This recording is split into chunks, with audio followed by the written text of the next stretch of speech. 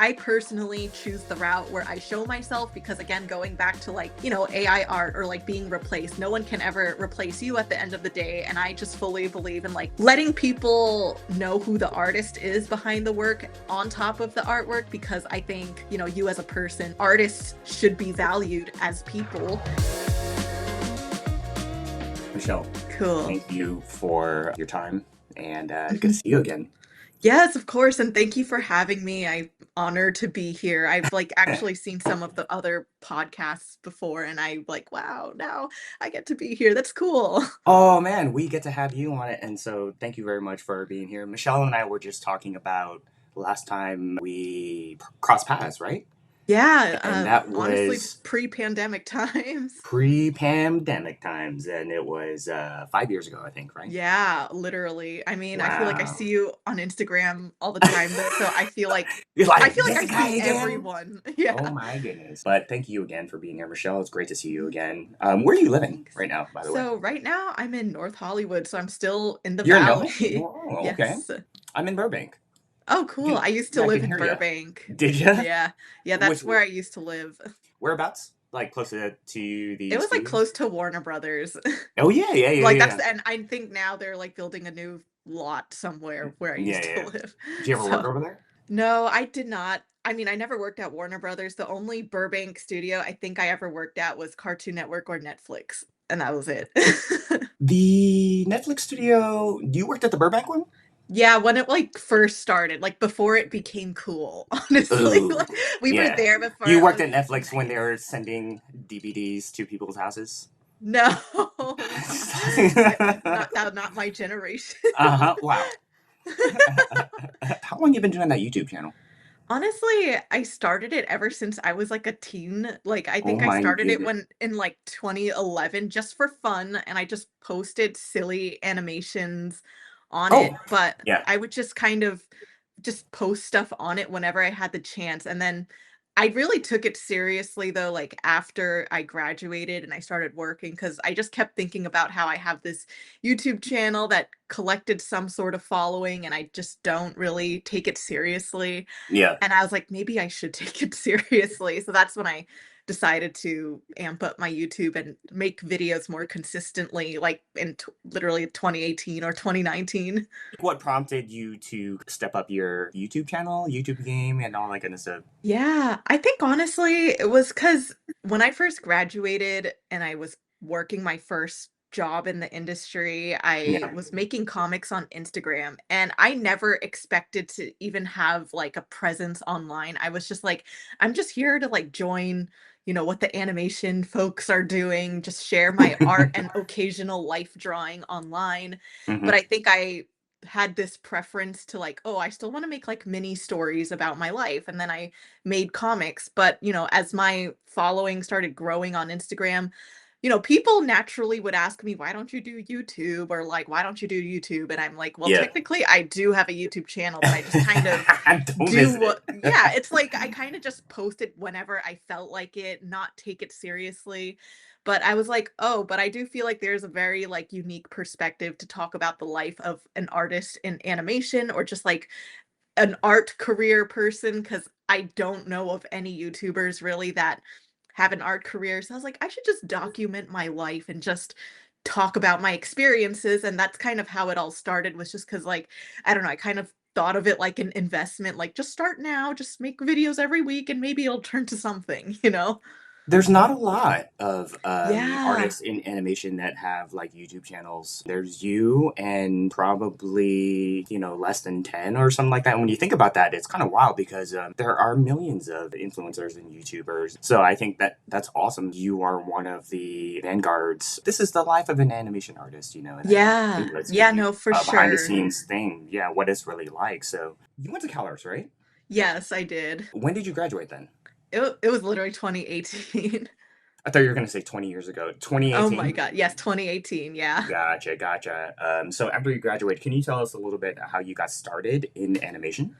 Yeah, so I mean, kind of like anyone else who first graduated, I dealt with like almost 1 year of like no job or just nothing, and you're kind of like losing hope and not really seeing the light at the end of the tunnel. I was just like staying in this apartment that I was just spending so much money on per month that I was like, "Why am I here if I don't even have a job?"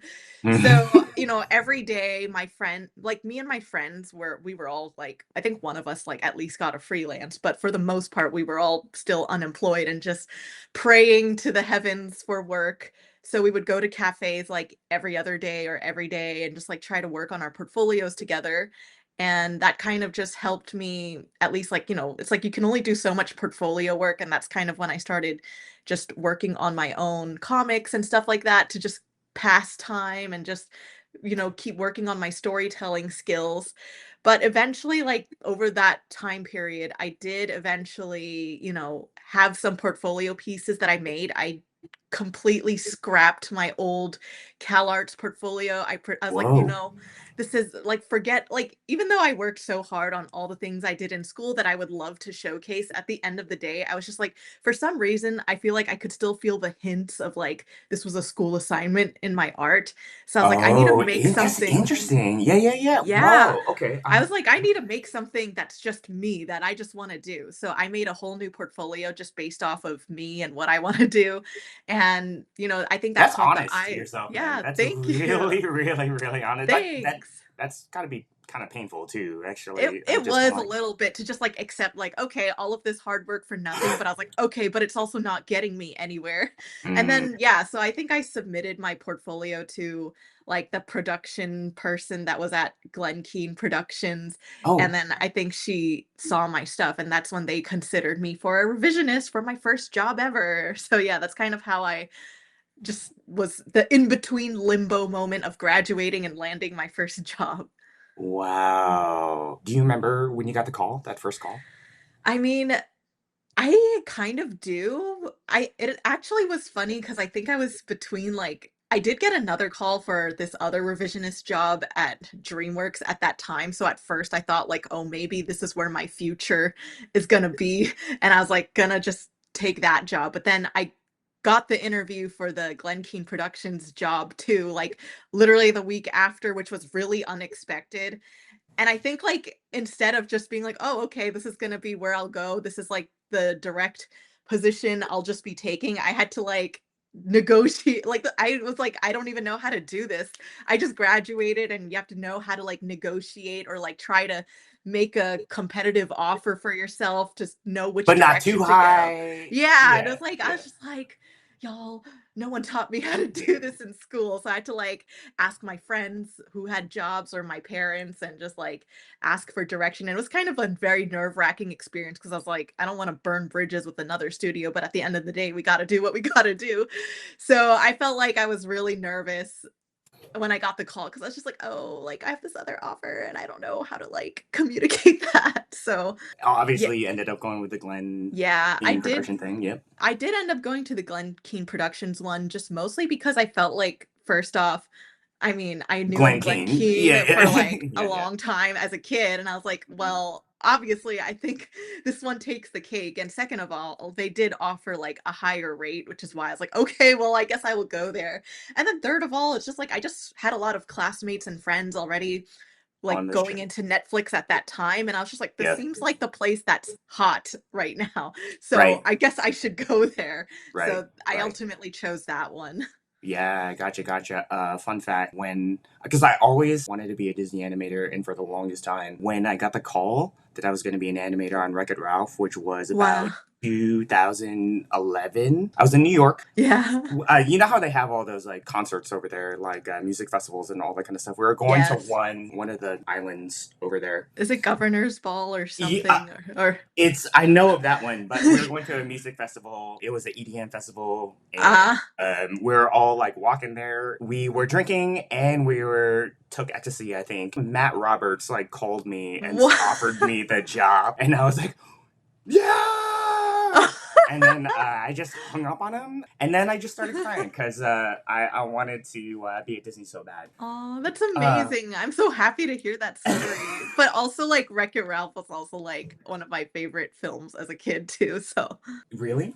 yeah, no, that was Wow. actually, I think, one of the things that it took me a while to really get into, like, Right. American animated movies, like, I really started off being, like, anime, like, Japanese Mm. animation, like, that was where I my bread and butter, but Yeah. then Yeah. eventually I kind of made myself like Western animation more, and I think Wreck-It Ralph was, like, one of the ones that made me like, I was drawing, like I never draw fan art, but I drew fan art for that movie, okay? Of Yeah. who was the fan I art? drew of, like, everyone, like, I just love the whole, like, dynamic, like, I love unexpected friendships, that type of thing, so, I don't know, I just love drawing everyone. You worked at Glen Keane's production company. You worked at Netflix. You worked at Tonko House, and you done a whole career as like a story artist, writer, and director.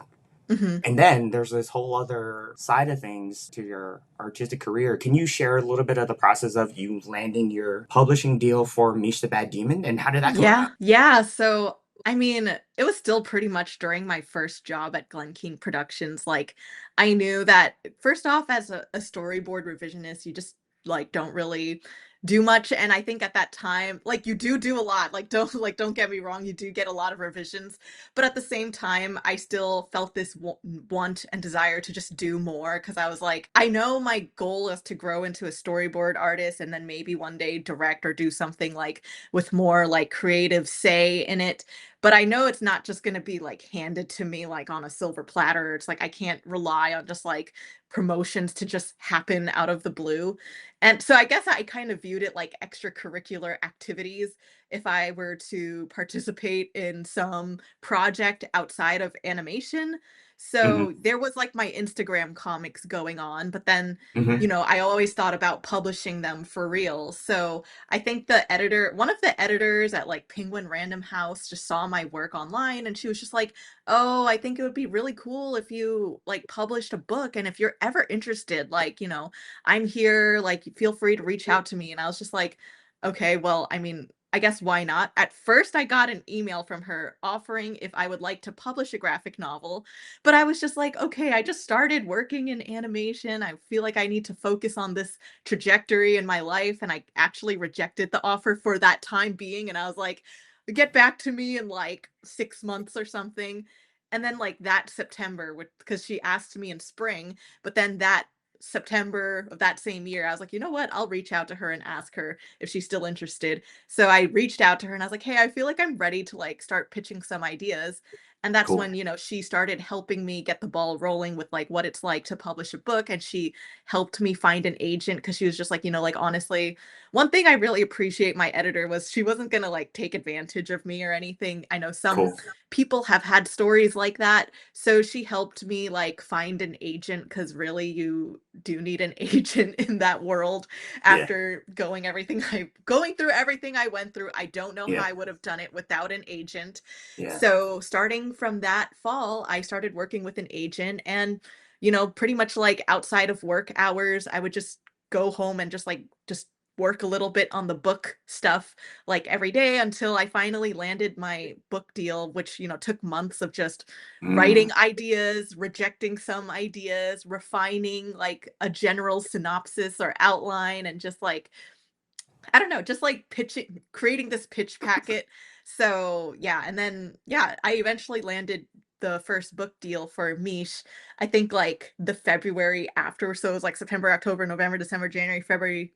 It was like 6 months of Wow. like getting the agent, Yeah. planning things, and then putting a pitch packet together. And then the pandemic happened. Yeah. So it went to 2020, 2020. Yeah, yeah, so it was, Oh, like, the end of 2019 to yeah. 2020. So, Yeah. yeah, I started my first animation job in, like, late 2018, and then I was reached out to for publishing a book, like, 6 months afterwards, but I was Hmm. like, "I just started working. I really wanna, like, leave my mark." Like, I was like, Yeah. Yeah. I feel like I didn't do anything in the animation world yet, so I really wanted to just spend time, like, developing my relationships and just just pitching and storyboarding. But I think like, I always felt this desire still to like want to do more because I felt like, I don't know, maybe I was like insecure as like a newly artist in the animation world, and I was like, I don't know, I feel like I still haven't really done anything, and Yeah. I just felt this need to keep doing things to prove myself, and the book ended up being one of those things, and I mean, it ended up being a good experience for the most part. I remember when Andrew Chesworth and we visited Netflix, and that's where we saw you, and you were at your desk. And I remember at the time you were already doing your comics, on Yeah. IG and all that kind of stuff. You were known for it. Actually, you started to build like a following. It was like a groundswell in the beginning, probably a fraction of where you are now. But Yeah. I vividly remember you in your sketchbook, and I was like, "Hey, Michelle, how you doing?" And you showed me Oh. what you were planning, guys. If anyone knows like a planner that plans everything, she showed me her sketchbook, and it was like all of these like little thumbnails, page after page after page, Oh and my a god. lot of writing. And she's like, "Oh yeah, I'm just planning my next post." It was just an IG post. I'm planning my next IG post. And I was like, that's an IG post? And she's like, yeah, just like exploring different like options and exploring writing different things, writing different captions, writing, it could be this, could be this, it could be this. I was like, wow, that is intense. Honestly, it's Um, funny. I think I remember that sketch. I think I know exactly what sketchbook you're talking about, and even of me in course you do. hindsight, I'm like, wow, I planned Yeah. that much for an Instagram comic. Wow. Yeah, and I was like, "What do you?" Yeah, I'm planning my next post, is what you said. And I was like, "Wow, that's a lot of work put into these posts. Just Yeah. these like Instagram posts, every Instagram post." And I felt bad because I'd be like, "Here's my food snap No. Instagram post."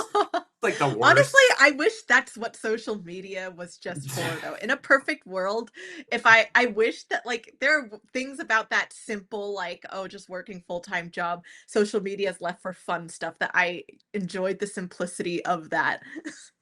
Nope. You don't want to be like us basic bitches. But that being said, we're talking about your social media, and it's admirable, man, because like it's so open and honest. Aw, thanks. How are you able to be so open and honest, and how has sharing your personal stories online impacted your life and Yeah. career? Yeah, so I definitely think that it wasn't easy, of course, to just start sharing things that are a little like personal to you or like even like kind of things you'd only really tell your close friends. But I felt like it all started because I was kind of at a point where when I was trying to land my first job, I kind of just had no hope left in myself where I was like, I'm just going to go back to New York. Maybe I'll just work at like some stupid fashion company or something. And I was like, I don't know, accepting that this might be my fate. So I was like, you know what? If nothing matters, then why not just draw whatever I want or just just know that I exhausted myself of everything. But it was also like a nice outlet for me. I wanted to tell stories that were meaningful to me or actually represented something I was going through because I just felt like kind of fake if I was always like, life is great, even though inside I was like consumed by this insecurity of not having like a job or something or just seeming like a failure upon graduation. So I don't know, I kind of just like stopped giving like any shits about anything because I was just like, well, I literally am about to just go back. I'm being deported from California back to New York at this point because I Yeah. was like, if I don't have a job, I was like, I can't just keep paying for this apartment that is not helping me and like it's just sucking more money that I am not already not making when I was here. So I felt like we actually put a deadline on it, like my family and I, we put a deadline where I was like, if I do not get a job by like literally September, I am going back to New York and just figuring out what to do next. So I was kind of just like on high pressure mode because it was just like, I made all these friends. I had like my first boyfriend, and it was just like all of these like great things happening to me in California that I was like, oh, I have to like ditch all of this now because I don't have a job. So I was just kind of like Yeah, nothing matters. I guess me making this silly comic doesn't matter. I have other crazy life, like just life things going on that were adding more pressure to me that, making a comic just about my sad thoughts kind of was like so minuscule in comparison to what I was going through. So like it was, a good outlet for me. I felt like I could vent it out and also I guess I just really didn't care at that point because I was like, yeah, Yep. I might not be here any longer anyway, so whatever. But yeah, Yep. that's kind of how it all started. And then I think, once you get your first comic out that, you put yourself into and you express yourself and it's a very vulnerable thing to do, it eventually just becomes a practice and you just continue to care less as you make it because you're like, okay, whatever. Like, people know I sometimes get emo and cool. Yeah, yeah. Have you always been that way? Like, just very open about what you're Yeah. kind of like going through? Yeah, yeah. I think, like, when it came to my close friends or, like, I had a cousin that I used to vent a lot to, I would always talk to them about what I was going through, or I felt the need to tell someone that I was close to about what I was going through, like, Yeah. maybe not to the public at that time, I wasn't gonna just announce my issues to the world, but I always felt like, I did feel good about talking about what I was going through with someone, and then I think, like, eventually when I was a teenager, I kind of went through my teenage angst phase. I was going through some things as a teenager too. At Yeah. that time, I wasn't like, on Instagram because it didn't exist yet. So I posted my art on DeviantArt and Mm-hmm. Tumblr, and I would Sure. post a lot of like very emo, like black and white, like edgy drawings, like really just like making people probably concerned for me and just like just expressing myself and of course like a lot of the things I draw don't really reflect like what I want to actually do or whatever in my life, but I was Yeah. like, this is just my way of just like expressing how I feel. But then when I see comments of like other kids most likely my age being like, oh, I feel this way too. This is like how I feel. I noticed like this made me feel like good in some way because it reminded me I'm not alone. Mm-hmm. And it took me making this drawing to realize that I'm not alone. Mm. And, third, it's just nice to just feel like you helped someone out there by drawing this. Love So I it. think that's kind of like where I got to the point of like maybe it's a good thing to be a little bit vulnerable in your art. That's the theme that I love about your YouTube channel and how it served you well telling your personal stories online and sharing and being so open and honest. With your YouTube channel, the thing I love about it is how you've taken those experiences that you've had and Mhm. you positively encourage artists to also build an online presence or like a brand, Yeah. especially nowadays. And can you kind of talk a little bit about your online presence or brand as an artist can make an artist's career more sustainable in Yeah, the for industry sure. today? Yeah. Yeah, oh my gosh, this is a topic I'm, like, really passionate about for sure because it's Me like, too. this is Yeah, what I'm me too. going through. Hmm. So, first off, I understand that not everybody wants to be, like, an influencer, and, I get it. I watch a lot of influencers growing up myself, which is how in a way, when I was at CalArts, my way of getting through the school years was watching influencers or like people just living their lives and just like making a living off of that. And there was a part of me that always felt like as an artist, I feel like I can't make art unless if I live my life. And there was something about being trapped in a room just in front of a Cintiq that always just made me feel like like this is not help like I don't know, how do you make art when this is your environment? Hmm. But, I also knew that if I go out there and live my life and do stuff, like, how is that even gonna, help pay the bills at the end of the day? It's like you still have to get back to work at some Yep. point. So basically, throughout college up till working, I always had that thought just in my mind about what if I did something that was influencer related or, doing what YouTubers did. Cause there's a part of me that always envied that life that people had. So I don't know. I bookmarked that. That sat in the back of my brain for the longest time. And, when I made my own work online and started posting on Instagram and whatnot, like I realized, like, hey, like I didn't even know that it was possible to build a following because I was kind of just used to just having like a regular set amount of followers that's like a normal person would have. But I noticed as I was posting more comics, like my following was just growing a little bit more exponential than usual, and I was just like, "What is like, I never even cared about that stuff to begin with. I was just really dead set on, like, working a 9 to 5 animation job, and this is gonna be my life, you know? I Mhm. really wanted that to be what my life was gonna be, but there was just so much stuff still happening on my social media that kept pulling me in that direction. So apart, like, I really just wanted to work a regular 9 to 5, but at the same time, like, there was just a lot of stuff and activity happening on my Instagram where I then would start getting these emails from, like, random companies. I wouldn't, of course, take on all of these offers, but they were sponsorships that were like, "Oh, we'll pay you to do this if you can just talk about this art product or something on your YouTube channel or your Instagram." Because it was either my Instagram or YouTube. Because my YouTube was not really that active. It was just, like, I post the occasional thing, but people would still sometimes reach out to me and be like, "Hey, do you wanna, like, talk about this Cintiq or this tablet and we'll send it to you. Maybe we'll pay you like a little fee or something." And I don't know, something like that. And, I again kind of thought of it like an extracurricular. So I would just do some of these occasionally when I wasn't working and just kind of just use it as a way to fund working on this YouTube channel. So it kind of just started off as like a little hobby where it's like, oh, I'll get like random pocket money just for making these videos about this and that. And it was just like fun because I felt like, at least even though I was having fun making this YouTube video, there was some sort of like financial support in like a very small way at that time. But, the reason why I ended up continuing keeping up with my Instagram and YouTube is because I felt like the insecurities I had about entering the animation world and just like that whole like fiasco of like, oh my God, I'm gonna get kicked out of California and just go back to New York if I don't find a job, and like just not getting any responses back from anyone, and just that extremely tiring experience of job hunting and rejection after rejection. I just was like, I cannot go through this like again. Like there's something in me that does not want to go through this again.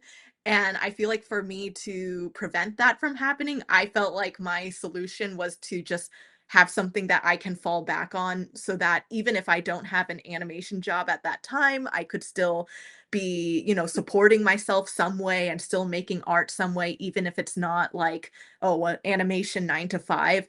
So I think in a way that fear has just continued to exist within, like, whatever we're dealing with now in the industry, like these fears have existed since like 2018. And I think in a way by this point I've kind of exhausted myself of having that fear because I've been working on my social media stuff and got it to a point where, okay, now I can at least guarantee maybe like a few like, sponsors a month or something like that. Or like you get yourself to a point where, you'll start to notice that there's like some pattern of how much people will reach out to you regarding your social media stuff that kind of makes you feel like stable or something. Yeah. And then like you also like sometimes some people who are really serious about social media also have like a manager or an agent for that who helps them find work as well, kind of like a publisher for an agent for publishers. You have someone who helps you find these opportunities and collaborations, and they take like a percentage of what you make, and hopefully it's nothing like too crazy. But I just think like throughout the past few years, as I continue to still have like some fears about like, oh, I could lose my job tomorrow. I could lose my job tomorrow, and I'll go through everything I went through back in 2018. It kind of was like the little fear that made me keep up with my social media, as like I feel like, if I keep up with this Instagram or this YouTube, maybe it could turn into something that could maybe help me in the future if I were to go through anything similar to that job limbo search I went through in post-graduation years. So, yeah, that's kind of the story of how I started off social media and why I felt like it was necessary to keep up with it, I guess. That is kind of wild to think about too, Michelle. Is like if circumstances were different and you had a 9 to 5 like straight off the bat and then just continued down that route and then just so you didn't even have to worry about that thing, your social media probably would have been different, right? Because you Yeah, wouldn't have no, felt the for need sure. to, yeah, you would have been like, Yeah. damn, it just 9 to 5, it's a good day's work. I know, and that's, like, and literally yeah. I was like, "I want that life so bad," you know? Yeah, yeah, yeah. Like in a way, just because it didn't work out necessarily that way, it was even better for you. Yeah.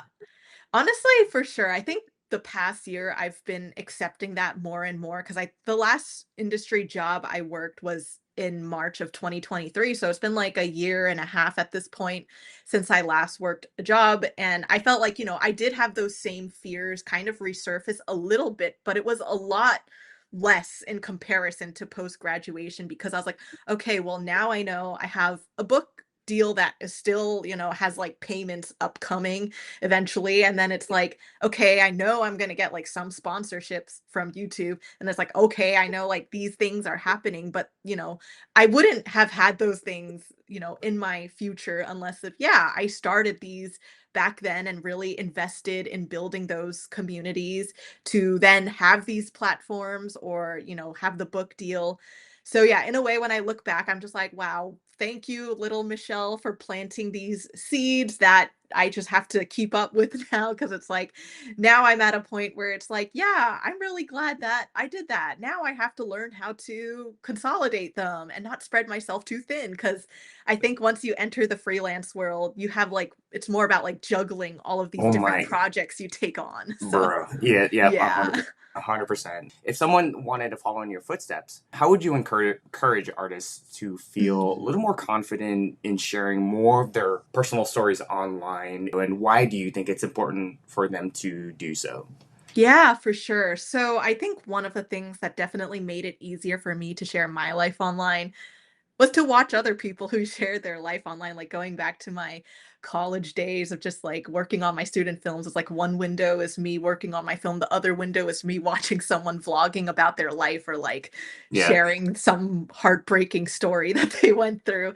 And it's yeah. just like for me, I think every time I watch these videos, I always subconsciously think like, how did this person gain the courage to just talk about this and post it online? I think And I people, think, a lot of people yeah. are wondering the same thing about how you post as well. Yeah, Yeah, and I yeah, think, yeah. like, for me, it's like, yeah, one of the practices is to watch other people do it and, like, start recognizing, like, "Oh, a lot of people are doing this. Maybe I'm not that special if I just, like" I kind of, like, take it from, like, a nobody cares mindset, and I'm like, no one's gonna like, yes, there may be some people that will care, but at the end of the day, I think, like, it's not gonna really change my life if I just share my like, in a bad way, like, I don't think anything bad will happen as long as I'm not, like, exposing, like and I'm not trying to, like, start drama online, like, that's not my goal. Everything I talk about is, for the most part, very drawn back to just what I'm going through, so no one can sue me for that, you know? Yeah, yeah, yeah, yeah. So, I kinda just go Or in with say that that. you're wrong or Yeah. contest it, right? Yeah, Be like, this exactly. Because 'cause is I'm just like, my life. "Okay, yeah, this is my Hmm. life. This is what I'm going through." Like, sure, you'll still get, like, hate comments occasionally, but these are it's like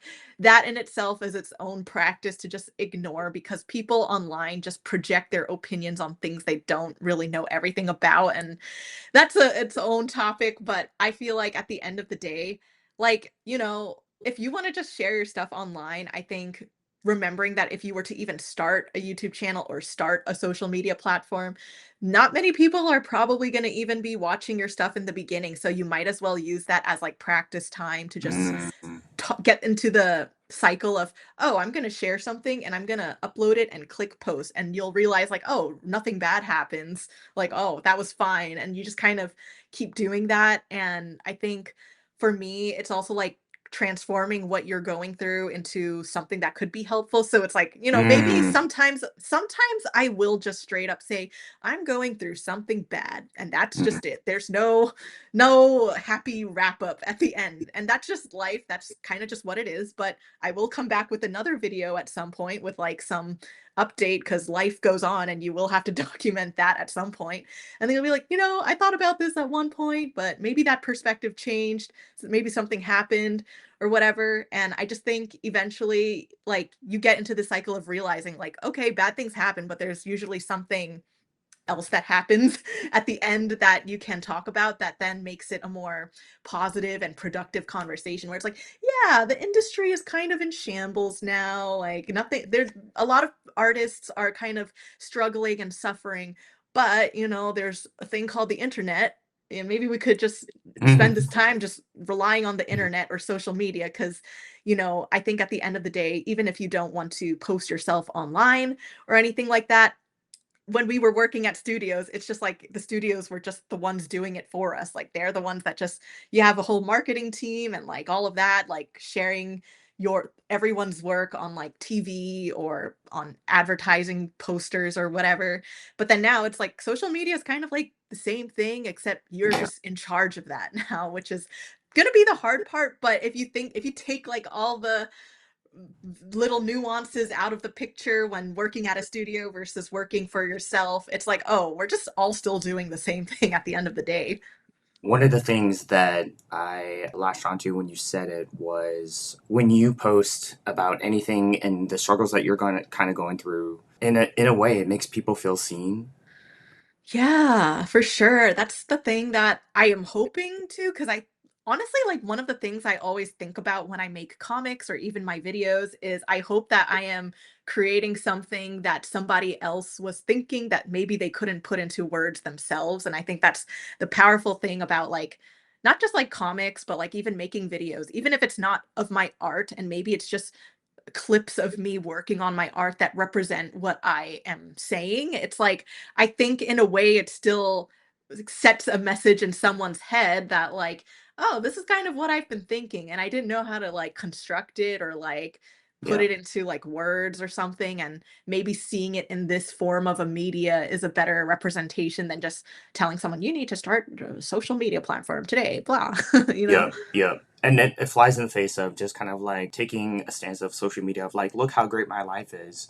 You're Yeah. taking the stance of like, I am struggling, I'm going through something, y'all. And then like I see in your comment section on YouTube is like, yes, thank you for talking about that and that kind of stuff. I'm Yeah. going through the same thing. I've been going through the same thing for years. Especially art students, graduation, and a lot of that kind of stuff. So Oh yeah, no, for sure. Honestly, I think that's something I'm not a fan of sharing highlights just because it's like highlights only. Like yes, I will still share the highlights, but in yeah, conjunction with the bad things cuz I just feel like it's just like I just think at the end of the day, it's like we all know like that's nobody's truth. Like there's okay, maybe there are some people out there who literally I'm sure there's a very small percentage of people out there who don't have anything wrong go in their lives to them like okay, I envy you, but also whatever, that's not really realistic for everyone. I hmm think at the end of the day, it's like I really don't think there's anyone that has never had a struggle or a hardship. It's just when you see people share things online and it's all highlights, I always feel like, okay, well, they are going through something that they're just not sharing then, and that's fine. They don't need to share it. But, it's like it's up to you if you want to share it. And if you do share it, it's not a big deal because everybody is going through something that maybe you just don't know about. And maybe you just personally want to make the decision of, I'll share my struggles, but I'll turn it into something productive and positive. and even watching someone like you share your insights, I just got so much inspiration behind it Oh, of like, thanks. this is really uplifting stuff. And this is someone like half my age. There's still so much I can learn from her and her experiences and her positive outlook on life. Oh, And I think, with that, just talking about the struggles, I think your influencers that you probably follow and yeah. with when they win, awesome, amazing. When they have like a video that's the struggles that they're going through, it's like it just like speaks to your soul, man. There's something Yeah. about it. You're like, dude, I'm going through the exact same thing, and I think that's very important to talk about, as well. Yeah. Yeah, no, honestly, that's kind of like literally I was just doing this a few days ago too, where I sometimes just have so on YouTube you can like create a watch later playlist where you just bookmark things you want to watch later. So Hmm. many of those videos are like of people talking about these topics that are just like just sitting there just talking about the struggle they went through, how they got over it, or it's like, maybe it's like a professional, like a therapist or like a person who is actually a professional in a certain world or industry also discussing like overcoming those struggles like Yeah, I do feel like there are still very little artists on YouTube but there's more than there was before and some of them address those concerns of like AI or the just the industry kind of being a little bit dry right now and I feel like think when I listen to those videos, I do feel like that, oh, I feel like so reassured, or I feel like I feel a little bit more at ease after watching these videos. Yep. And it's just like that's what I realize, like the power of making these videos can do. And I know like the internet and social media can be sometimes a very, not pleasant place to be, and sometimes the source of like brain rot content. But at the same time, I think like it's a matter of what you choose to watch online. And, if you have been struggling with certain thoughts or like things about how the world or the industry or your career is going, for the most part, there's probably going to be a video or something out there of someone talking about it. And it's just deciding to look it up and watch it. And once you get that satisfaction, you're like, wow, this video really helped me. Maybe I could one day do something that evokes the same feeling. Yeah, 100%. And I like what you said there, like curate the content that you take in and then you absorb, right? Yeah, for Yeah, sure. Because I'm like, yeah, yep. Yeah, yeah, I yeah. yeah, there's a lot of content on Instagram these days, or like YouTube videos that really could just be not productive, which is like fine. I think we all deserve to like just Thanks selfishly a little watch bit. whatever we want, Yeah. but Hmm. be conscious of like what is it making you think? How is it actually affecting you, Right, right, right. All right, Michelle. So we have to talk about it. Yes. So, how would you advise artists who are worried about the impact of AI generated art on their careers? Yeah. First off, I would definitely say to not let the worry overconsume you right now, because I just think we're at a place right now where everything is still very much in movement or malleable. It kind of sounds like every month there's like some new regulation about AI that gets brought up. And I think like there's a lot of concern for it that I think paralyzes artists from doing anything. But I think that's like step one, is to not let the idea of AI just stop you from making art like right now. Cause it's like, okay, it's not really doing anything to us right now. It's like, sure, it's been presented to us, but it hasn't, like, entirely consumed the art industry, and not every artist has been replaced, like, just realistically right now, there's still a good handful of artists who are still working, whether if it's full-time employed or freelance. So, I think people should still continue doing their art, and just know that just because it seems very threatening, it doesn't mean, like, there aren't regulations or, like, counterattacks being made back. It's like it kind of feels like the perspective the internet has is like AI is just going to take over and that's just it. Like there's no like regulations or pushback on it, when it's like there is, it's just in the works. And I think like if anything, I think AI is something that we should just continue to keep our eyes and tabs on, but just not let it dictate what you want to do with your career. Cause I think there's always something you can do with art that AI might not fully infiltrate yet, which is why I'm very like, don't put all your eggs in one basket. Sure, I'll work in animation if there's an opportunity that makes sense and I want to work on, and if they even want to hire me, cool. Then there's like my publishing world where I'm like, okay, I want to publish a book, and that's that other world. Then there's like me on social media, and that's like that other world. And yes, it is going to take time to learn how to balance those things, because I feel like whenever I say those things to someone, they're probably just like, oh my gosh, that just sounds like a path to burnout. And it's like, yeah, you can kind of burn yourself out on that, and you can burn yourself out in anything. But I think if you choose like things that you enjoy working on, or things that you can learn to like build up the skills for those things in a way that you don't have to like, you feel like you're struggling to upkeep with it, like eventually it's like, yeah, once you start doing YouTube, once you start doing publishing books, there's always a learning curve, but there's always a point of maintenance afterwards that won't make you burn out.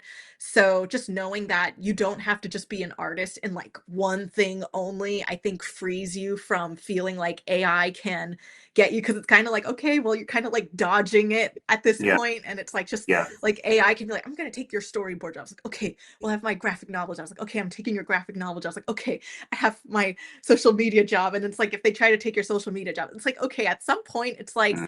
no one can really replace you as a human or your flesh and skin. And it's like, if it really comes down to me having to sacrifice like all of my other art careers just to be like, okay, maybe it's gonna eventually just be me sharing my just me living my life as a person now, like, okay, fine, but AI can't really replace Michelle Lam located in North Hollywood, California, living her life, you know? That's Love kind it. of like my perspective or how I've just kept thinking of it. It's a positive one to take, a positive road to take. Yeah. Yeah, exactly. That's actually a great way to put it, where it's like, sure, they can like take my art style and all of that, but it's just like, okay, well, if Yeah, I didn't even I really like my art style in the yeah, first place. No, I'm just honestly, kidding. like Not honestly, you, like me. I Yeah, think yeah. It's just about like that take it. too, where I'm just like, to be honest, like if it just takes my art style, it's like fine. It actually doesn't really bother. Like I know I should be I'm like, bothered I'm by it, flattered. but there's a part of me that kind of detached myself from my art on a surface It's like, yes, I'll always love doing art and I care about my art, but it's just like I feel like you have to let go of just like some of the things like your art style or like what the surface level things you draw. It's like this has always just been a vessel of how I want to tell my stories. Like, okay, if they take that art style, just draw something else and then just tell it through that. Like, and I think that kind of goes back to being very versatile as an Mm-hmm. artist. It goes back to not putting all of your eggs in one basket, not just for like your different careers, but maybe like what you're capable of drawing or like creating. And I think a lot of artists are like this, where people are always like, I don't know what my art style is. I struggle to find my art style, but I'm like, that's good. Just keep having multiple styles and Yeah, yeah, just yeah. choose the one that's appropriate for whatever you're Mm-hmm. working on. Yeah. 100%, 100%. The way that you kind of take on like things in every season is just kind of like, how am I, Michelle, gonna pivot as an artist, and how am I gonna roll with the tides, right, and not kind of let it trip me up, you know? Yeah, no, I think like pivoting, I forgot, but I remember there was like either a YouTube video or a book called like Pivot or something, which is just talking about like change is the only constant we have in this world, even like It's a good one. careers, life, and like It's whatever. a good And one. honestly, it's really interesting because, while this whole industry thing is happening, it's like there's stuff going on in my personal life that has been like kind of crazy. And it's just like Yeah, I've been learning to have to pivot or like change some things in the way that I view life or like approach it in that way too. And I think like a lot of this is just the domino effect of like, like jobs are affected and then people and their mental healths are affected and all of that stuff. And it's yeah, just like I just realized that, I don't think we're ever going to just have like 10 years of just like everything is fine and nothing changes and everything's going to stay the same. It's like things are always going to change. Things are always going to make us anxious or nervous about the future. But I think your approach to when those things happen is really what matters. Cause I'm sure, like, I think especially for my generation, we just kind of started working like really not too long ago. Meanwhile, there's a lot of people who have been working in art or industries or something art related for many, many years, and they've seen a variety of ups and downs. And maybe, sure, this one is maybe one of the driest times for some people who have worked a very long time. But at the same time, it's like they still saw a different up, and it's like maybe the future is just gonna look different. Like it won't be like it won't it will recover, but maybe it will recover and look different than it did before or something like that. I think that's a very smart way to go about your artistic career, because like whatever thing happens in the next season, if you are well equipped to be independent of whatever happens in the industry artistically, then you're well off. Yeah, for sure. And I also think like this is when having a community really helps during this time. I know a lot of people who want to break into the industries or are a student, maybe like you only have classmates, but you don't have friends who have had a diversity of backgrounds working in the arts. But I think surrounding yourself in that type of community and seeing how other people are handling it, what their perspectives are and whatnot is really helpful because I think for me, at least when I was a newly graduate student, it's like, yeah, when I didn't know of like, these professionals who've already been working, I have this very limited perspective. But now that I am, I've gotten to know some people who have worked longer than I have and had different like experiences with like job loss or just working for a long time, it's like you eventually start to realize like, everyone is just going to always have their own struggles in the industry or like we're all always going to be going through something in it, but just collecting the various ways people have approached it and then choosing what works for you, I think Yeah. has just been helpful. That's awesome. And I just wanted to piggyback off of what you're just saying. You had that experience graduating Cal Arts, spending some time not working after that. For someone that's going through that now, what could they do with their time and Yeah, resources and energy?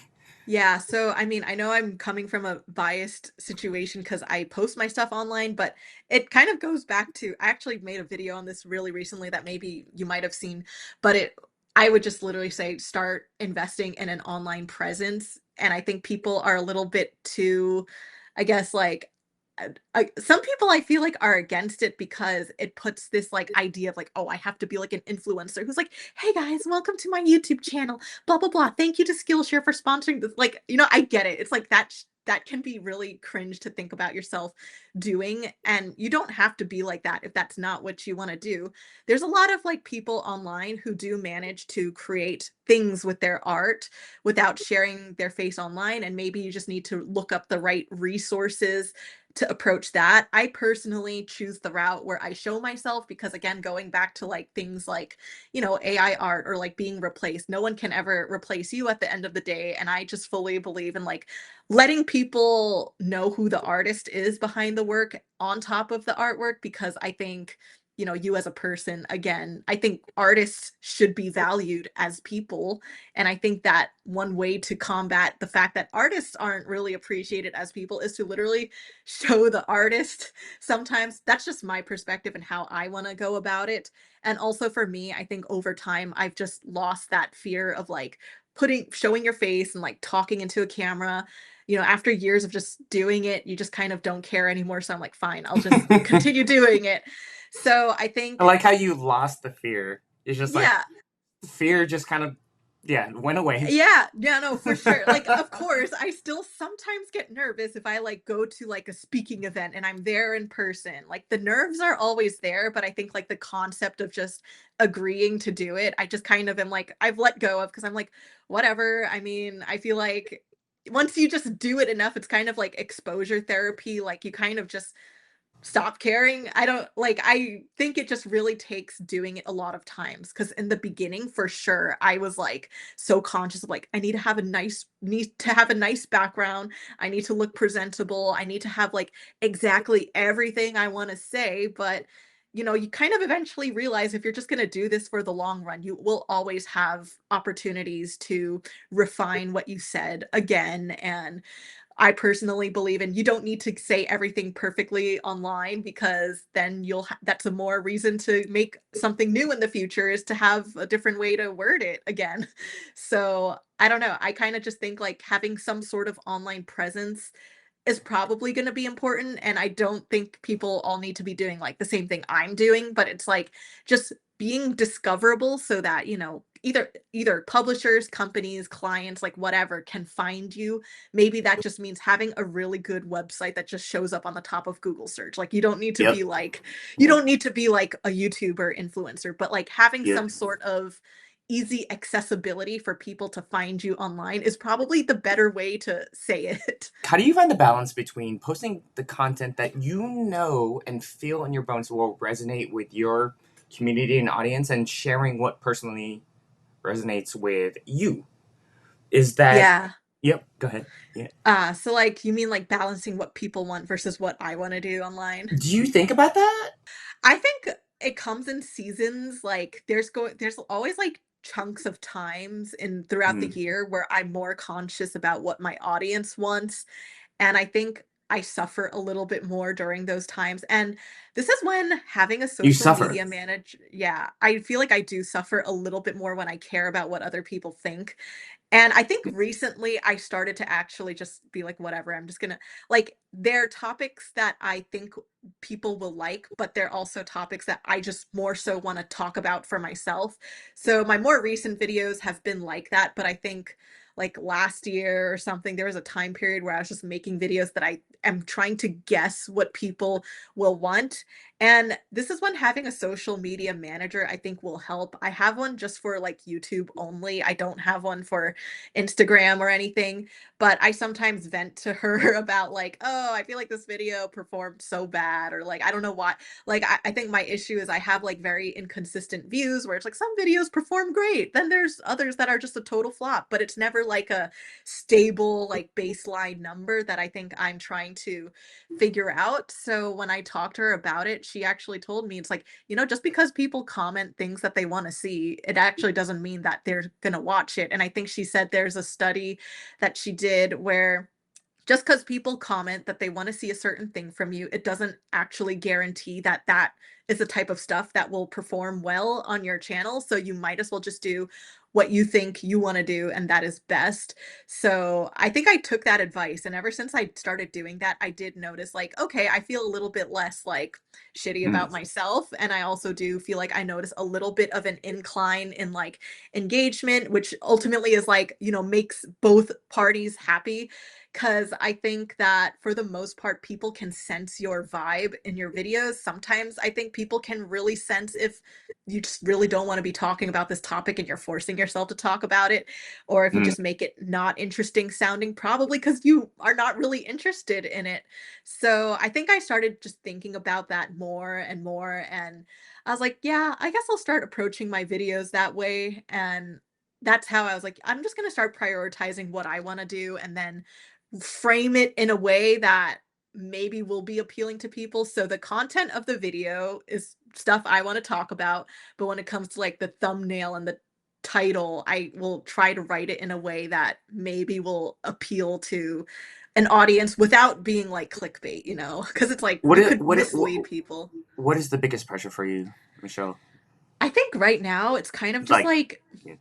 maintaining, like, numbers, I would say, with, like, either just views or just, you know, any sort of, like, numerical stability, I feel like is hard for any content creator or, like, artist that chooses to post their stuff online. Because I think, like, usually when you have a stable baseline number of views, I think you can approximate, like, what opportunities can lie for you in the future. Like, if you're Mm, someone that gets, like, maybe 20K views average per video, you can kind of predict how much, like, sponsors may reach out to you or how much they're going to pay you. Like, you kind of have a rough number when you know that these are your numbers. But I think recently with like I think social media in itself also is going through its own thing with like algorithms and like, Instagram is always like changing and all of this. And I hear a lot of artists expressing they don't get the same number of views or like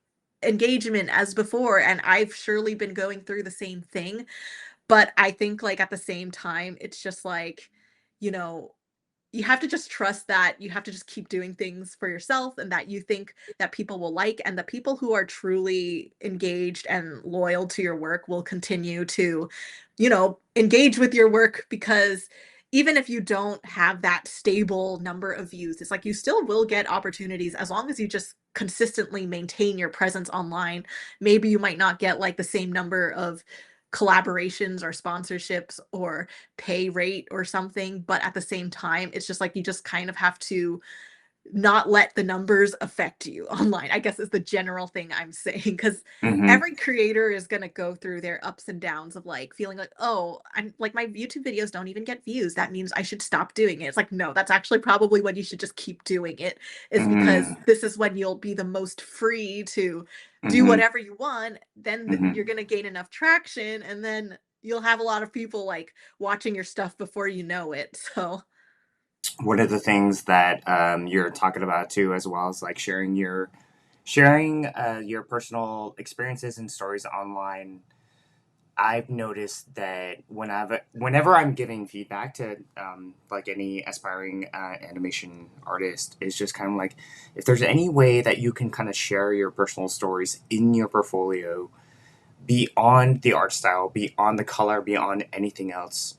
I think for me, as looking at a portfolio, whenever I see someone's identity, personality, and who they are as a person, that will make you stand out way more than draftsmanship, which is also important, I guess, and Yeah. then shape language and all that kind of stuff. But like across the board, animation, character design, storyboards, if you can just whatever you can do to put yourself in your portfolio, your life experiences, who you are as a person, that will serve you well to stand out. What do you think about Yeah. that? Yeah, no, I totally agree, and I think I've seen it for myself as well, just again from scrapping my old CalArts portfolio. Because what was in my old CalArts portfolio was kind of like my behind the scenes for all my student films, which kind of, yeah, they do showcase a part of who I am, but at the same time, they're kind of like, I made these projects with the consciousness that this is for school, and I make up my own characters and world a little bit more elaborately, which is good, but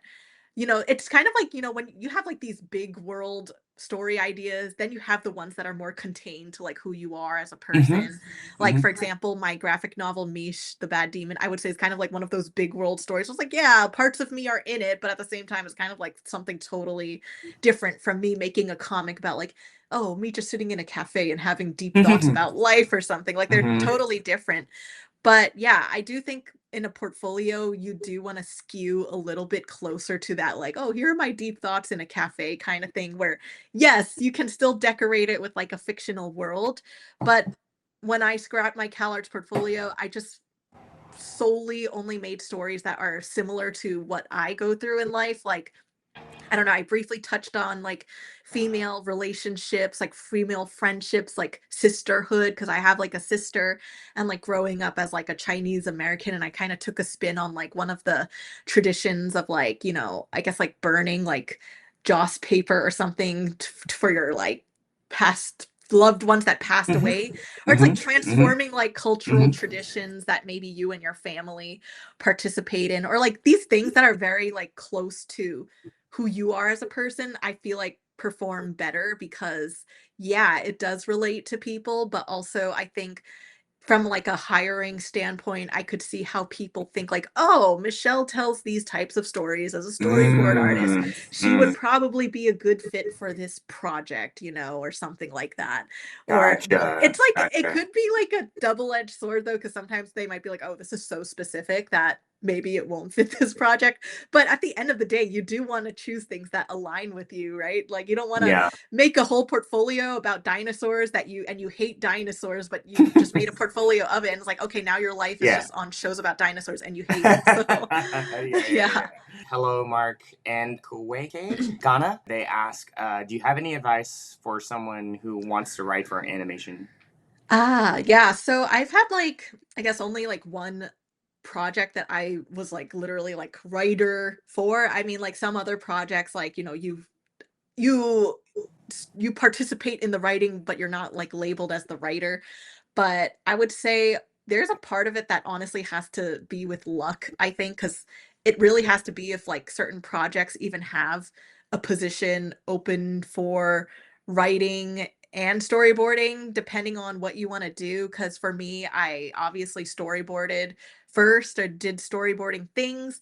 And then it just so happened that there was a project where they allowed like, oh, storyboarders here will also be writers because it was a very script driven, I mean, storyboard driven show where they don't have like a script for you. They just kind of have like a prompt or like this paragraph of the general storyline, but you can kind of make up the dialogue and everything that goes down in Mm, the story. I think a part of that was like the timing of like a position for that to be open, and not all projects will offer that. Like some projects like already yeah. have an established like we want writers who just are purely writers only, no art whatsoever. And that's really up to them. But I think there are always projects that will have like storyboard artist slash writer positions, but they're a lot more rare, I find personally. So I think a part of it has to do with luck, but I think the way to showcase that you are capable of writing for animation is when you do pitch your storyboards, you just like incorporate a little bit of new ideas that you can sneak into your boards, or like Mm, just yeah. talk, or like, I don't know, I feel like if you work in an animation job, there's always opportunities to discuss what you think is not working in the story, and I feel like as long as you are really communicative about that stuff, you show people that you do think about the writing, there's a way for you to probably have some influence on the writing part of a animated project. But I do think a lot of it, again, still kind of lies in like, oh, are there even projects out there that are open to having a writer that is from a storyboard or artist world? But, I don't really have much advice for anyone who's like, I just want to be a writer only because I did not come from that background. Do you like writing? Personally, I like writing. I mean, just because 'cause I'm like, okay, well, to publish graphic novels, that's kind of what you have to do.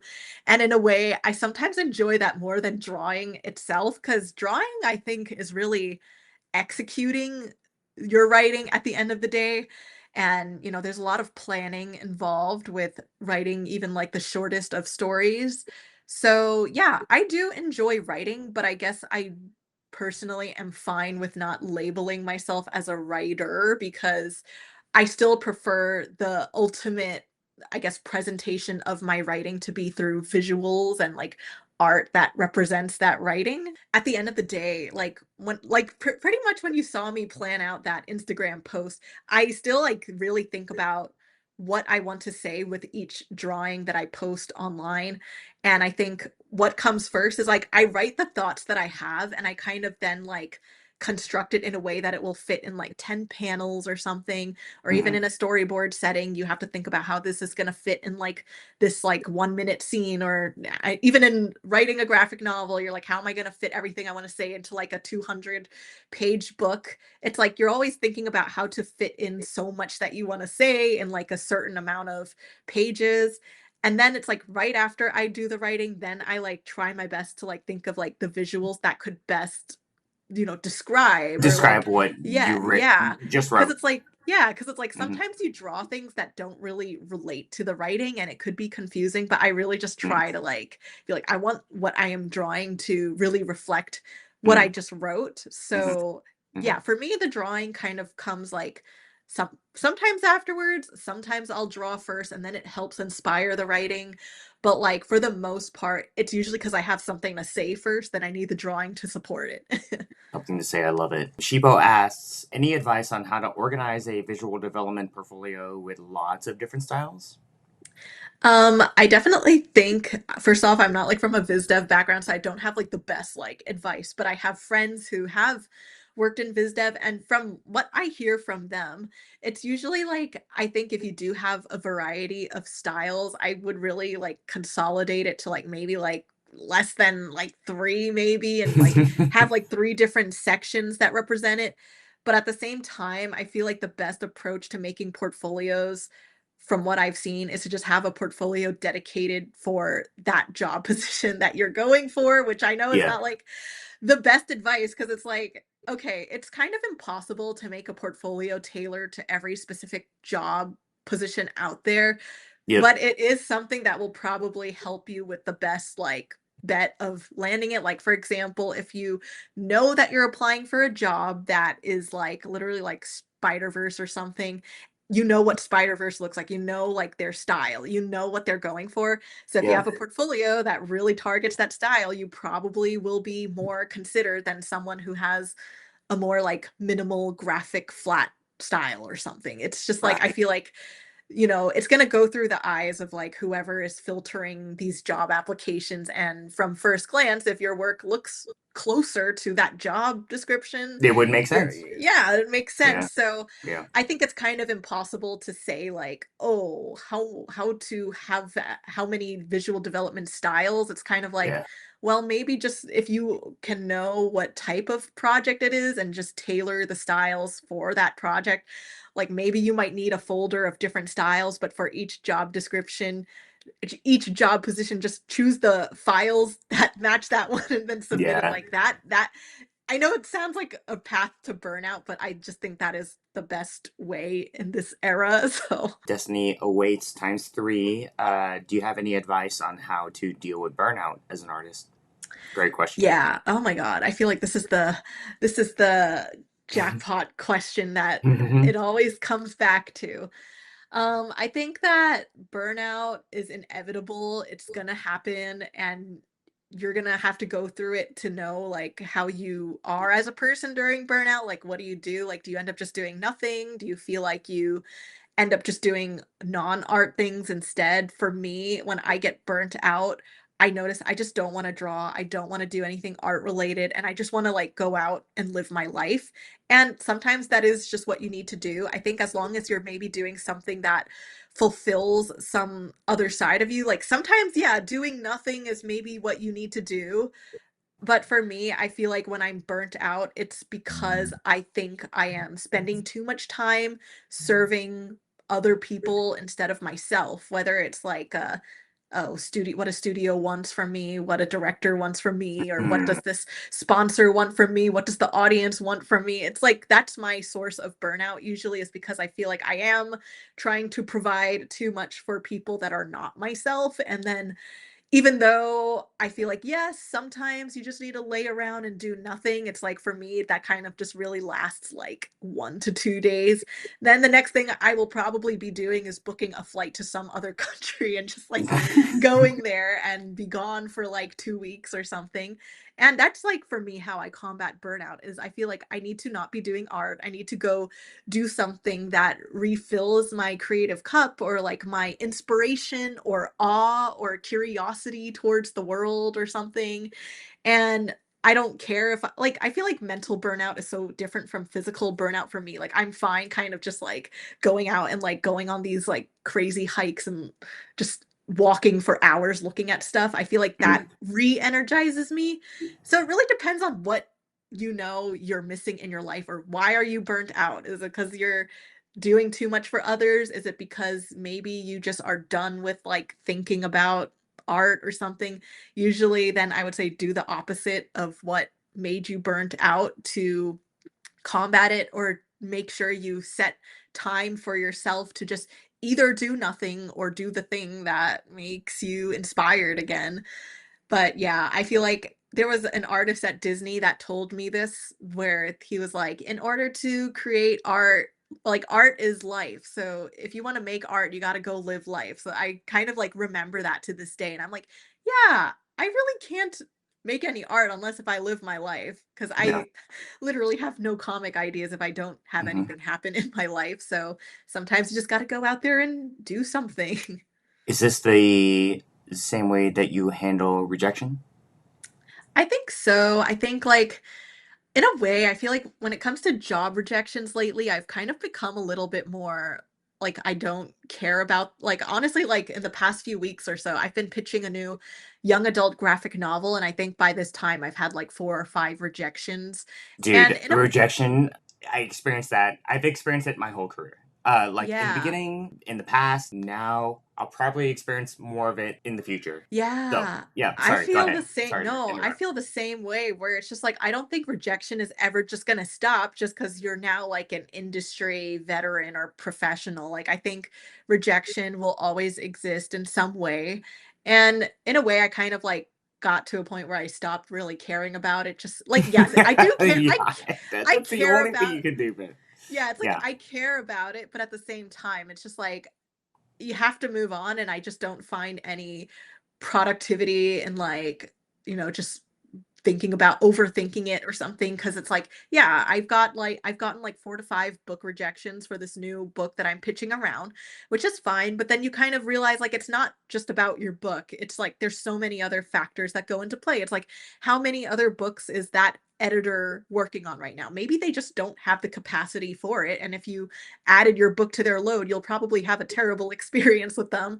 And Mhm. second of all, it's like I look at some of the other books that, these editors are working on and they don't look anything like the book that I want to publish. Like it's like, why am I pitching this book to someone Yeah. who the majority of the books they work with are look like Captain Underpants, you know? It's like Mhm. there's like Mhm. sometimes mismatch in style and like Mhm. I think like rejection is such a vague word where sometimes Mhm. it's like, oh, maybe we need to It's break it not down. you. Like, It's not, yeah, yeah, yeah. There's a myriad maybe of there's factors. like Mhm. Mhm. other factors going into it, and I think the more you think about that you take it less personally because it's like for me even like I've never been in a position where I had to like straight up hire and reject people, but I've been in positions where, I have to consider like artists for certain things. Like, the time that I was like assistant directing, sometimes you're like, oh, you have to choose who's going to work on what storyboard sequence. And you're like, I know that so and so would love to work on this sequence, but I know that we're apparently on like the tightest deadline ever and like we need to get it done, and like, it's going to be a bad time if like we don't get this whole thing done, because then the whole project like falls apart or something. So it's Yeah. like you will have to make decisions at some point in your creative career, and I think when you are in that position to make some decisions that might regard like what other people can or can't do, you start to understand like, oh, this is probably why the rejection happened, and you take it less personally. And yeah, Mhm. if you do have the funds to go do so, I would, yeah, hop on a plane and go somewhere else and think about how much bigger the world is than that one rejection. That's a 100% like a Yeah. nuanced, mature way to handle rejection. I like to tell, I like to tell people that I get rejected all the time, and just so they know that like even anyone goes through a lot of it and all that kind of stuff. And I'll try to tell them sometimes of like, okay, I remember in the beginning when I would apply for Bolt as an animator and Wow. get a rejection, that kind of stuff, and I would allow myself to be sad about it, and I think that's okay. That's Yeah, okay. yeah. Take your time to be. You can be sad about it. Just be bummed for like a week, but Yeah. just don't stay in that space. That's the key.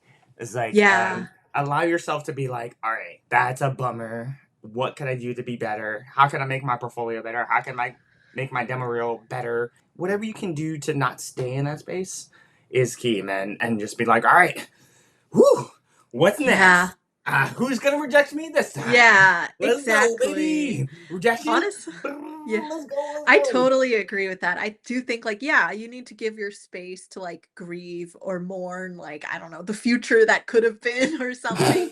Yeah, But it's yeah. like at the same time, it's like, yeah, at some point you have to move on. And I think once you give yourself that time to, mourn it or be sad about it, you will eventually, I think, get bored of that feeling where you're like, okay, I know what it's like now to be sad about it. I'm over it. And, I think I love that naturally, you're bored of like that honestly, feeling. You're like, like, that's how I feel like bruh, I I'm feel bored. I'm so sometimes. bored of this. I feel Yeah. that way with myself because it's like that's how I felt whenever I got like rejections, especially like that time period when I first graduated. I was just like, okay, I feel like I've just been sitting with these types of feelings for so long that I'm just like, okay, I feel like I just need to do something else for myself to feel different now, because it's like I was so used to being like sad and bummed and just like having like this low energy mood throughout the day that I was like, something has to change. And like, sure, it's not gonna change with like maybe a job acceptance. Like maybe if that is the thing that helps you, that's amazing. But like, I don't know, for me, it's like I had to really pick up on like my physical activities and like go to the gym or something to just make yourself delusionally feel like you're breaking out of this sad cycle, you know? That's very healthy. So, man, we've been at it for an hour and a half. So, lightning round. Michelle, you ready for Yes. this? We got Yes. these intense questions. So, Okay. now let's get to the fun ones. Number Nice. one, electric chair food. Do you know what that means? No, what is that? The last meal that you would have on Earth. The caveats are resources are unlimited. The Oh, wardens can get you anything you want. Last meal on Earth. I would probably have like a 10-course sushi omakase meal or something. Ooh, get specific. Like, what's in Li- the what's I mean, I love like having like just different assortments of fish on like, I don't know, honestly, anything sushi related, I will eat it even if it's like weird or octopus? something. Yeah, Octopus? I will Yeah. eat octopus. Oh. I Sea I urchin? will. Sea Yeah, urchin? I love sea urchin. It's so good. Yeah, anything like sushi, like literally could just be anything. I think part of what I like about omakase is like it's a surprise. And I'm like, oh, what is this? I don't know what I'm eating. And I'm like, okay, I might as well die with like some curiosity left in my life or something. Pause. What is omakase? Yeah, so omakase is like a style of Kase. how they Okay. serve Sorry. sushi that's kind of like the chef's decision where they think like, "Oh, I think this is gonna be good," and it's like kind of like a course menu where they'll deliver it out in like, Gotcha. different like, I don't know, here's like 7 pieces of nigiri sushi, or here's like 7 pieces of sashimi, but it's kind of like whatever they think is like best or Gotcha. something. Gotcha. So, Your electric chair food would leave it up to a chef? I guess so. I guess like that's kind of like actually how That's I kind of approach wild. because I actually have a sister who Can we do she's an more alt where you yeah. control? Sorry, your sister. Oh Sorry, go yeah, ahead. no, I was like saying like I have a sister, she's like in the food industry. So whenever we go out to restaurants, I just say you just order whatever and I will just eat it. Like that's kind of for the most part, I will eat like mostly anything. Of course, either maybe like when we get to like organs and like that stuff, I will question it. But I for the most part will like anything. So I kind of feel like removing the decision of food sometimes helps me enjoy the food more. Interesting. Okay, okay. Beyond that, if you were gonna have full control over it, though, because that's a great answer, actually, because you're Yeah. just kind of like gambling. You're Yeah. like, last meal on earth, I'm gambling. It's You have actually to. funny because, like, so many people that are close to me say I have a very, like, gambling-like personality type for some reason, and I feel like Mhm. that is my approach. I'm just like, "You know what? I'm just gonna see what happens if I just throw this thing in Okay, or let's whatever." just go with omakase. I'm not gonna judge your Yeah. last meal dessert though. Yeah. Dessert Okay, dessert. Oh my for your gosh. last meal on earth. Nerds rope or Sour Patch Kids. I don't know. I love candy, so I feel like that's something that I recently I just told you I wasn't gonna rediscovered. judge you, and then I judged you. I've I judged you on know. literally every food choice. I Go know. ahead. I Sorry. I Nerds rope. yeah, like do you know like nerds on like the Yep. rope? Nerds on I've a rope that the rope is made of red vines. Yeah, it's like a gummy inside and then it's like That's surrounding it is like those little sour little bits of candy or something. how can you go from like chef Michelin starred omakase and then you're sitting there and you're like, okay, what's next? Dessert. Here's a nerd rope with the Literally. and then the chef hands it to you. He's like, I made this Yeah. um Oh my god, I'm from crying scratch. right now from Yeah, that. yeah, yeah, yeah. I The have no contrast of idea. the two things, you went from like high. Go ahead. Sorry, you Yeah, went from no. high.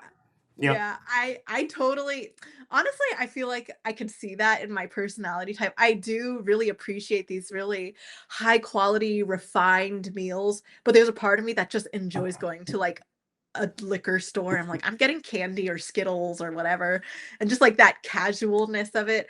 I don't know why. I feel like for me, I've always just loved like sour candy as a kid because it just makes me like happy. And I think I read a study about like sour foods just increasing your happy hormones or something. And I'm just like, okay, well, I feel like I like candy because I feel like we get straight to the point where I'm like, I want something sweet without having like the additional, like, oh, I have flour and wheat and like all of this stuff creating All the that bullshit. pastry. Yep, I yep. know. I'm like, So let's get you are you straight to the like point. fruity over chocolatey? Yes, for sure. I always prefer fruity stuff over chocolate things. I don't know why. Like, I like chocolate. It's just like I get uncomfortable because it makes me have like these mucusy, like, I don't know how to describe it. Like, I have no, like, it makes Mucusy. you, That's the perfect yeah. way to describe it. Yeah. Yeah, It's I know like what you mean. when you have like so much sweets, that like peanut butter chocolate sensation, I feel like I have to like just wash it all down with something. But sometimes it's like a fruity dessert feels more refreshing and I feel like a new person. Love it. Second question. If you were going to have dinner with three people from history, it could be anyone, who would they be? Oh my god, that's like one of those questions that I feel like I'm bad at because Have you heard those questions I have before? heard those Yeah. questions and Have I've you been thought about it? asked.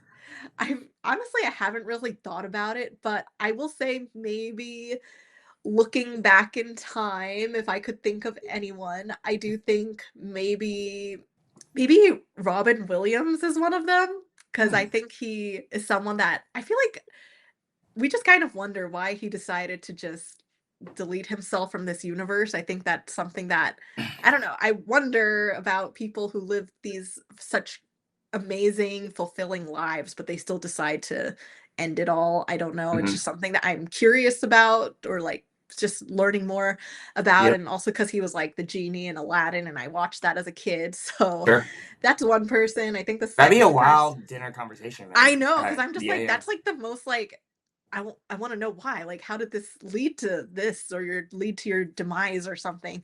Sure. Then the second person is maybe Steve Irwin because I love animals. Yeah. Oh, Honestly, I I feel like love this Steve table so far. I know. This is I feel great, like man. Steve Irwin was one of the celebrities that I was actually the most sad about dying. Like as a kid, I remember Oh. when I heard about it, I cried. I was like devastated. I watched like interviews of his like kids and his wife just like talking about it. But I always feel like I love celebrities or like people that like care about the environment or educate people on like living things. And I feel like he I Mhm. don't know. I also just found his death to be very tragic that I'm like, "Oh my god.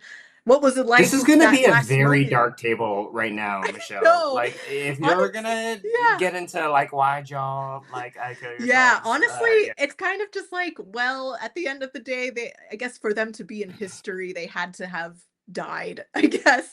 So, I don't know, maybe Sorry, go ahead. Yeah. last person Mm-hmm. that I could think of is maybe I don't know, like, I feel like there's a lot of, like, mangakas that have passed away. I there's not, like, a specific one, but, What'd you say? like, a Manga? What? yeah, like, mangaka, like, an artist that made manga, like, I don't know, like, I think, like, Oh, the creator of Dragon yeah, Ball yeah, yeah, recently yeah, passed away, yeah, yeah, and it's yeah. just, like, I don't know if he counts as, like, a And person you from would also history. ask him like why he died. Or I guess, like I'm yeah, just maybe I kidding. wanna know why everyone died is pretty much, like, why I'm here, but, He's like, like, I was I guess, old. like Yep. or, like, just Hmm. knowing, like, because I think he was, like, still in his 60s, but you're an artist and maybe you worked on what is something that was supposed to be your passion in life, but I'm just like, but what like, I don't know, were you not taking care of yourself? Was there something you felt like you neglected in your life? So I'm kind of curious because I think the valuable thing for me about people in history is that okay, they already died. So what made their life like fulfilling? And like, you know, the only thing they might know about is what was it like by the end of their lives that they could share insight on. Like, you know, I feel like that's when people are like, you know, I regretted doing this. I can finally have a say on what I think Mm. worked in my life, what didn't work. So I feel like in a way it's like, I don't know, their death kind of humbles you. Yeah, yeah. That'd be wow, like Robin Williams to hear him open up about like what he really went through, Yeah. right? And then your second one, The Steve Irwin. Steve Irwin. Yeah. What do you think that would be like? Do you think he was the Steve Irwin that we saw on TV? The way I remembered him was like he was always like so excited, like, guys, look at this croc. And he's like showing these crocodiles and like always so like on. And I think even for me as a person that I'm not to like his level of notability for sure, but at the same time, I understand what it's like to be like on all the time and like just sharing your passion with the world. But like I'm sure there are days where you just don't want to be like that and you just want to be sad about something and just not talk Yeah, to anyone that I'm yeah. just like, okay, what are days like when you don't feel passionate about animals or do you feel like forced to do this? Or Mhm. it's just like even like with that stingray, it's like I'm kind of like wondering like how does it feel to have like what was you're the most passionate about like be what killed you? And I think that also ties back to like even Robin Williams or Akira Toriyama is just like, you know, you worked on this thing your whole life that you loved, but I'm sure it also played a factor into why you ended up dying maybe. It's like maybe think I don't know, maybe like for people who are still here, it kind of makes you think about like how do you want to live your life in relationship to your passions? Like for me, it's like I don't really want to be in a relationship with art that it kills me at the Yeah. end of the day. So maybe there's some things you could learn, like creative, like how do these things burn people out? Like if it forces you to sit in a chair all day and that's not what you want to do, like Yeah. maybe reevaluate that. Wow. That's awesome. Last question before we kind of wrap up, Michelle, and thank you for so much for your Yeah. time. But what makes you feel like a kid again? Oh my gosh. I think doing like literally any physical activity or like going out to like I don't know, like recently I've been exploring a lot of different physical activities again. I've been like mostly just boxing or kickboxing for fun and How's then that I going? just it's been really great. Like Are you obviously good? I'm not like I don't think I'm like good in terms of like could I enter a sparring match right now? Probably not. But I think that's the thing is you have the fun, you just have fun doing it even if you're not great at it, and I think that's the thing about being a kid is you never really cared what people thought about you. You just did shit because you liked it, and that's kind of what I liked focusing on, and I have Yeah. not really been rock climbing before, but I just started rock climbing, like, literally Okay, let's yesterday, go. Yeah, and yeah, it's just yeah. like, yeah, Just these are yesterday? things How'd yeah, that like, go? literally, like, my wrists are definitely very sore, Dude. but it Yeah. did, like, bring out this side of me that was like, I don't know what I'm doing, but I'm doing it, and I'm just finding ways to have fun with it, and there is, like, that fun challenge of it, of being like, "Let's see if I could do this." And I think as a kid, that's kind of just how I approached life. It was just like, I don't know what I'm doing, but I have fun doing it, and I didn't really care what the outcome was at that time, and as a kid, I really liked, like, running around and, like, doing, like, stuff outdoors, really. Like, honestly, like, thinking about myself now, I'm like, "Wow, how did I spend so much time outdoors as a kid?" And half the time now, I just live You inside. grew up in SoCal, right? Well, no, I Yeah. grew up in New York. I was, like, New York, born yeah, and yeah. raised in, like, Queens, and, like, there are a lot of, like, parks, like, there where you could just go to, and I used to just literally hang out with my friends and just go outside and, like, go rip sticking or something, and, it was What just part of New York? Sorry. yeah, it's in Queens. Yeah, Queens. Yeah, Okay. so, like, Yeah. that's kind of where I used to, like, go to the parks all the Are there time. trees over in Queens? There's, Just like, kidding. trees. Respect Is it, Queens. like, the Pacific Northwest level of nature? Like, no, it's probably all, like, city planted trees, probably. But, yeah, like, I spend a lot of time just, like, hanging out with friends, like, going to the park, playing tag, and, like, doing all of that, and I think I miss doing things like that because now I'm like, I don't wanna live this, like, sedentary lifestyle, and I feel like being active helps with your mental health and like creativity as well. So I think like making that a very structured part of my life recently has helped me just, I don't know, feel like a kid again in some ways. Love it. Love it. I think And that's a also wonderful. nerds Yeah. rope. Sorry. Go ahead. Yeah. Yeah. Yeah. What? And Nerd also ropes? nerds rope. Oh Yep. my goodness That gracious. stuff makes me feel like a kid, which is why I choose it as a dessert. Do you miss New York? Of course, yeah, no, I definitely miss New York. I think I appreciate it more now that I have left it for some time. I think as a kid, I didn't appreciate it because I was like, oh, New York is so gray. It's just like cloudy and gloomy and like so many crowds and people, and I hated it. Which, yes, I kind of still hate that, but at the same time, it's like I miss like, there was like kind of just like you could go anywhere and do anything within like a subway stop or something that was really nice. And, you could access things a little bit easier in New York than in Los Angeles, which I also miss. And even though like the crowds are annoying, I think there is a vibe to just being like surrounded by a lot of people and not needing to talk to them that makes you sometimes energized. So I kind of miss that. And of course, I miss all my friends and family who I have left behind there. So I don't know, just like, again, just the city, like being in a more metropolitan city, I think, because Los Angeles is a city, but it's like it doesn't feel, it feels like a conglomeration of different suburbs more likely. Yeah. Yeah. Yeah. Yeah. Yeah. 100%. 100%. No, I Yeah. totally agree. Man, thank you so Yeah. much for sharing your insights and stories with us today. And check out Michelle's, like, obviously, y'all know, like, Michelle's Instagram, her YouTube. She goes off on a lot of topics that are very positive and forward thinking. And I think will help a lot of people, aspiring artists, especially on how to navigate the industry right now. And yeah, I appreciate what you're doing, Michelle.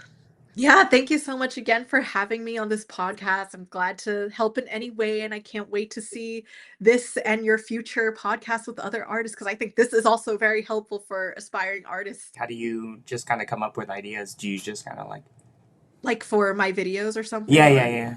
I think I just kind of get a feeling of what people are interested based off of my previous videos. Like I notice like, oh, anything regarding like how to handle having an art career or facing the uncertainties of it tend to do a little bit better than like me just talking about like, oh, me drawing a picture. Like I notice like those certain topics perform better than others. So I kind of just create like different iterations of it for the future.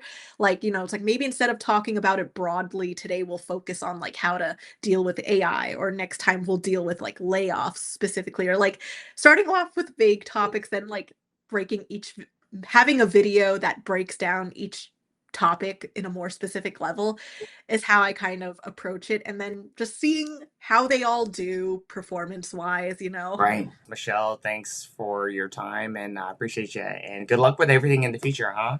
Yeah, thank you. You too. I can't wait to see what you do and all of the future Rise Up podcasts. Yeah, yeah, let's go, baby. I Yeah, I need can't some wait. YouTube advice. Honestly, Everyone, yeah, feel free to reach out to me. I hope we can continue just chatting even outside of this too. yes, ma'am. Yeah, yeah, yeah. Yes. Yeah, yeah. All right, everyone. All Enjoy right. the rest of your Okay, Sunday. bye. Happy Bye, kids. Sunday. Bye.